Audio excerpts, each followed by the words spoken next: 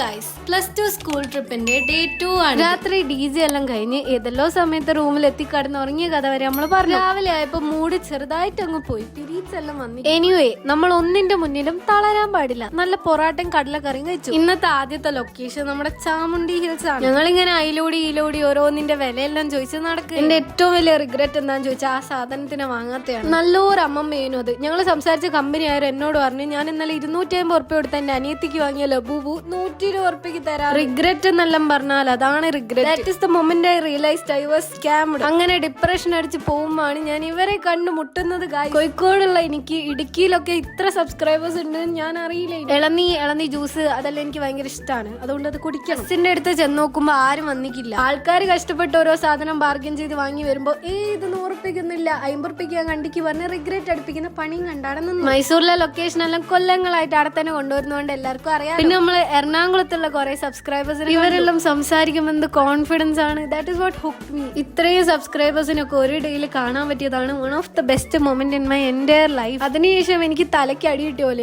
കേരളത്തിൽ എത്രയും സ്ഥലം വെച്ചിട്ട് നമ്മളെല്ലാം കണ്ടുമുട്ടുന്നത് മൈസൂർ വെച്ചിട്ട്. വീഡിയോഗ്രാഫിയിൽ നല്ല കഴിവുള്ള ആളാണ് ഈ ക്ലിപ്സ് എല്ലാം എടുത്തത്. പിന്നെ നമ്മൾ വൃന്ദാവൻ ഗാർഡനിലേക്ക് പോകുന്ന വഴിക്ക് എന്റെ ഫോൺ വാങ്ങി എടുത്ത എല്ലാ വീഡിയോ വ്ളോഗിൽ ഇൻക്ലൂഡ് ചെയ്യണമെന്ന് പറഞ്ഞു.